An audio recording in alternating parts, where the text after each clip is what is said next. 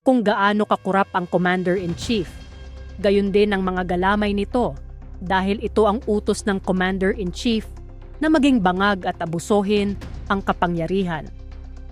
Dito sa video, makikita na yung inambush, yun din ang dinakip. Napakaklarong indikasyon ng bulok na liderato. Tingnan natin ang video na ito at kayo na humusga kung hindi ba totoo ang sinasabi ko. Dapat na kami nito sa project to retest natin ito, ano, kung saan nanggaling yung tama. Ha? Yes. Oo. Bakit ayaw niyong kunin namin ang ebidensya? Part of the evidence yan. Ay, hindi sir. Ang sabi kasi sa amin kanina, dahil masisira nga yung sasakyan. Kaya nga pinapapalit namin eh. Asan ba yung panyo? Kasi busy yung kwan. Kasi kagaling na pala. Nag-a-answer na. Oo. Nagagaling na galing na kami. Ito ang... Paano nga? Bakit anong huli? Anong huliin? Yung driver nyo, di ba masama sa shooting incident? Kami yung nabaril. Ang gusto eh. Kasama nyo ba yung upan? Yung nasa ospital? Kahit hindi kami. Pero, Sinong bumaril? Anong ebidensya nyo? anong ebidensya niya na siyang bumaril? Itong sasakyan nyo may tama, di ba? Kung nasalog ka makakabaril ka? Oo. Kanino ka ba o hindi? Paano Makakabaril. Sige, makakabaril? bumaril ka nga sa loob, nasalog ka, barilin mo ko dito sa labas. Kailangan, buksan Oh, mo buksan yan. mo ha. Pumunta ka sa loob, barilin mo ako kung kaya mo. Oh, sige. Oh, sa loob ka. Pumasok ka sa loob. Habang tumatakbo, bumaril ka kung nakakabaril mo. Sige nga. Pumasok ka ngayon, bunat. Medyo na bunat. Pumasok ka sa loob ng bulletproof, barilin mo yung tao dito. Sige. Kung pwede.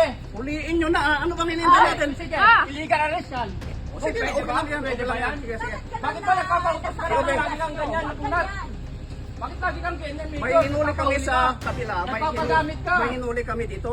Kami yung bumaril. Kami yung bumaril. Paano babaril yung tao dyan sa loob ng bulletproof? Ilang sasakyan ba kayo ngayon kanina? Anong ilang sasakyan? Hindi, driver yung hinuhuli mo. Ito muna yung paliwanag mo. Kung Una, paano nga nakabaril. iniimbestigan ka namin eh. Hindi. Kaya nga iniimbestigan namin eh. Ah, Doon tayo sa paano ba istasyon. Bakit huliin pa? Anong huliin doon? Gi-video kayo, gi-video kayo. Anong huliin doon? Ebidensya na ito. Oh, Siya ang ebidensya nagdadrive, di ba? Ito nga ang ebidensya na nabaril. Okay, ikaw driver, sumo mo, Meron pumasok din. ka. Hindi. Huwag kang pumasok ka. lalapit sa akin, Hindi, kaya Paps. nga, Ah, hindi na ako pumasok ka. Para Merong subukan mo sasakyan din bumaril. doon na nabaril. Kinuha Kaya din namin. Ano? Kaya nga, pumasok ka nga Dito, doon. kukunin din namin ito. Pumasok ka. Bumaril ka.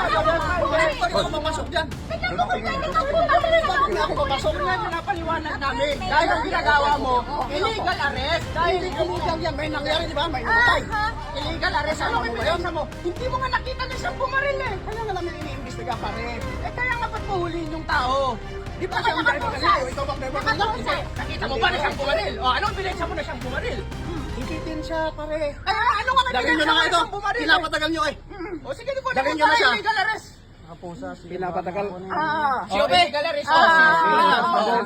Medyo mabulat. Hindi ka makakapagod. Sige, kunin mo kung ano. Ay! Tangina! Pinapatagal yung... Kami ang masunod dito kasi kami ang nagpapatupad ng batas. Masyado ka nagpatang! Ha? Masyado ka nagpatang! Ikiti ko! Masyado ka nagpatang! Ikiti ko! Ikiti ko kami ha! Ako marit? Nakakalusin ko.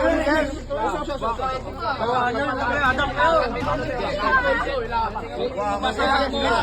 Gusto mo kukunin yung tao.